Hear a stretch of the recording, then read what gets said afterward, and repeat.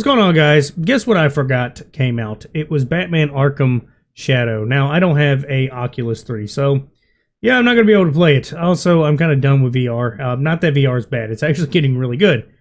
I just, there's not the games that I want to play, and it just kind of gives me a headache 90% of the time. But still, they're doing better now, so there's that. But it was very coincidental, because I forgot. I've been streaming the Arkham games, and guess what? A ton of people have been coming out, and I appreciate it. But I wanted to go ahead and go over, like, the nostalgia behind it. So, when I first played, it was years ago, and I've said this on stream. Years ago, I saw my cousin's dad. He went and got a PS3, literally to play Batman, because that's all he cared about. And that was my first introduction to, like, the new gaming console of the time, which was PS3 and Xbox 360. So guess what? I had to have one. But, unfortunately, I couldn't afford one. And it would be years until I actually got to enjoy Batman. And Batman, when I got it, was the Game of the Year edition. And it was phenomenal. I remember playing the shit out of it. I played it numerous times. And then I got the Arkham, I think it was Game of the Year for Arkham City. And I fell in love with it. Arkham City was my favorite by comparison, by a large margin, because the innovation was just so well done. For those that don't know, Batman was a Metroidvania game. And yeah, my favorite games are Metroidvania. My favorite game of all time is quite literally the thing that spawned the second half of Metroidvania, the genre, which was the Castlevania part, which was Castlevania Symphony of the Night, which is my all-time favorite game. Played all the time, still play it today. Cannot put it down. It's something I could play over and over again and never get tired of. But being that is like my favorite game, obviously that genre would be one of my favorite genres, next to pretty much Dungeon Zelda style games. But basically, the way I play these games is like with nostalgia glasses all the time. The graphics hold up, even though like 1 and 2 are very comic-y. And I mean, like, the stylization is very comic accurate. And then when you get to 3, it's a little bit portrayed in a more realistic aspect. But to get back on track, basically 1 and 2 have to be really good from innovation standpoint. When you get the first one, it really brought out the first thing that it popularized, which was its counter system and its fluid motion of fighting, which you see in quite a few games now today. Spider-Man being like the number 1, or the number 2 next to Batman. That's used the same thing, which is counters, using like triangle to counter and square to punch a lot, and circle to kind of jump over people. And it's really cool that their combat system was so innovative that it was able to be adopted by many games. And being it's the first of its kind, it really revolutionized itself and put itself on my bulletin of like best games of all time, especially as a series. But while playing them, I also ran into a few hiccups that was mostly my fault. First and foremost, the first one, I made a boo-boo. There's a spot where you're supposed to, I think, follow tobacco or alcohol. I can't remember which one. But basically, I went the wrong way. I got ahead of myself, went to the ending spot, which was supposed to be Ivy's lair or whatever, and I went straight to it, but I didn't go far enough because he goes into the room, he's like, wait a minute, I'm not supposed to be doing this. I'm supposed to follow the trail. I'm like, oh, shit, you're right. So I backtrack. Guess what? The trail disappears. You literally can go into the room to start the trail up, and when I do, everything just disappeared. I could be outside it, see it, and go back into that room, and it's just, boop, gone. So turn around, it's not active. So when I would go try to walk through everything, it would always be done. So, I might be misremembering. I swear I restarted it. Did a quick, restart, just back from the last checkpoint. And it was doing it again. It's like, hey, yeah, you already fucked up the game. I was like, oh, please say I don't have to restart. I'm really going to be mad because, the stream ended up being like 8 hours, and I didn't expect to beat the game that quickly. So I turned around and ran to the ending. I literally Googled it right then and there real quick. Be like, oh yeah, I was on the right track. Maybe this will work.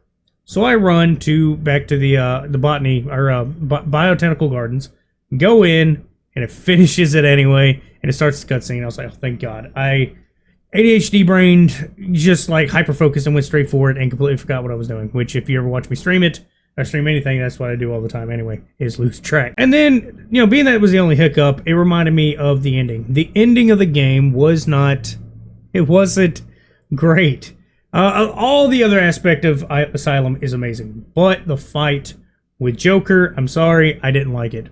Now, afterwards, after you beat him in the little gauntlet you run, it's not bad. It's after that is pretty okay, him being beaten and all that. I just didn't like the boss fight itself. That's it. And it doesn't take away from the game. the game's a 10 out of 10 to me. I mean, the atmosphere was great. Game mechanics, like I said, revolutionary. Just spot on, best game that could have been made for its time.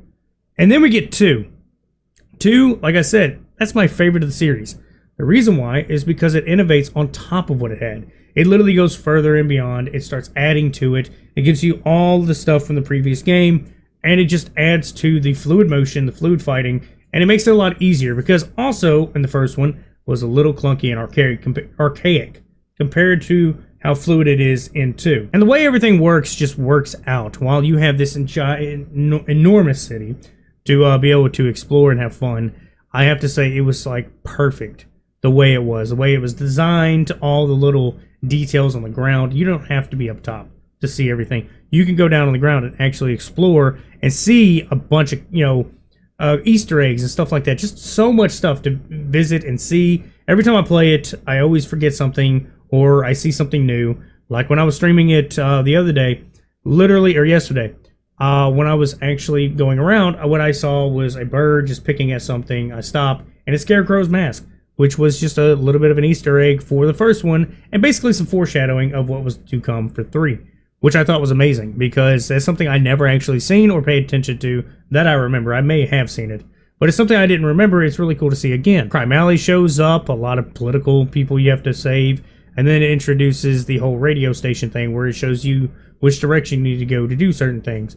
Now, I didn't complete all the side missions. I actually completely forgot some of them, and accidentally kind of just beat the game. And I mean accidentally because it was just so quick to get to the ending. Now, I didn't play Origins.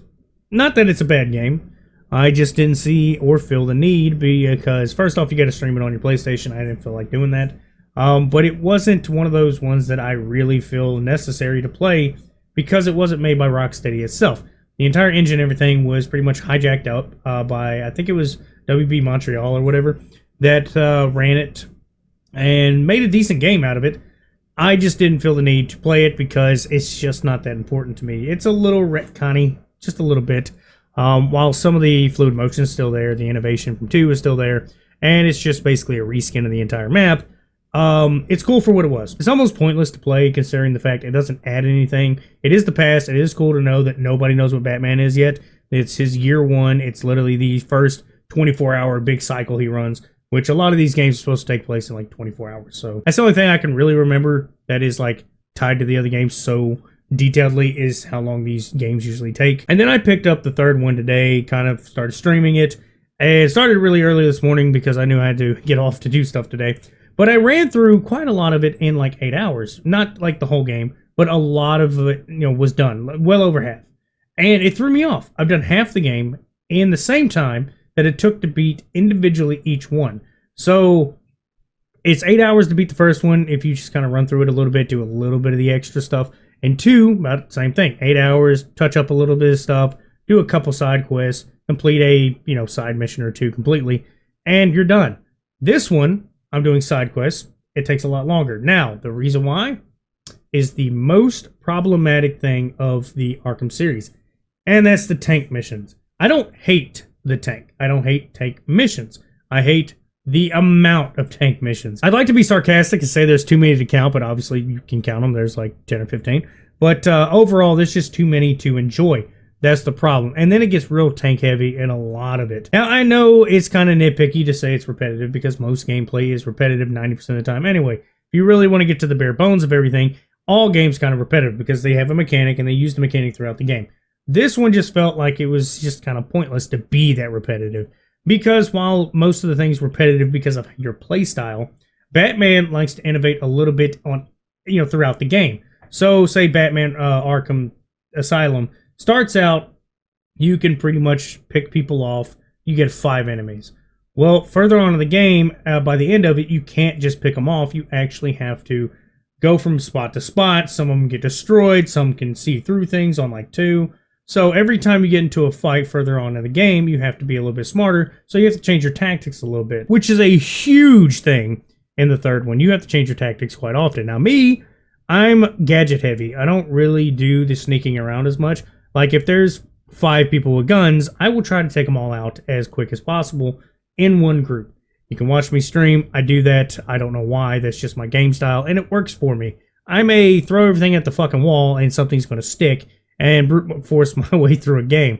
I'm not tactical. I am very, very horrible. So yeah, I do it my way, which is good that the game's still playable that way.